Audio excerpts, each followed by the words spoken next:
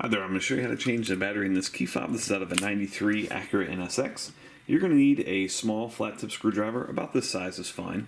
This is a 1.5. I'm also going to use two of these CR1220 batteries. You can get all this on Amazon for just a few dollars. There's a link below in the description. First thing I'm going to do is on this back side, there's two Phillips head screws right here that you need to remove or loosen. Go ahead and pry that back cover off.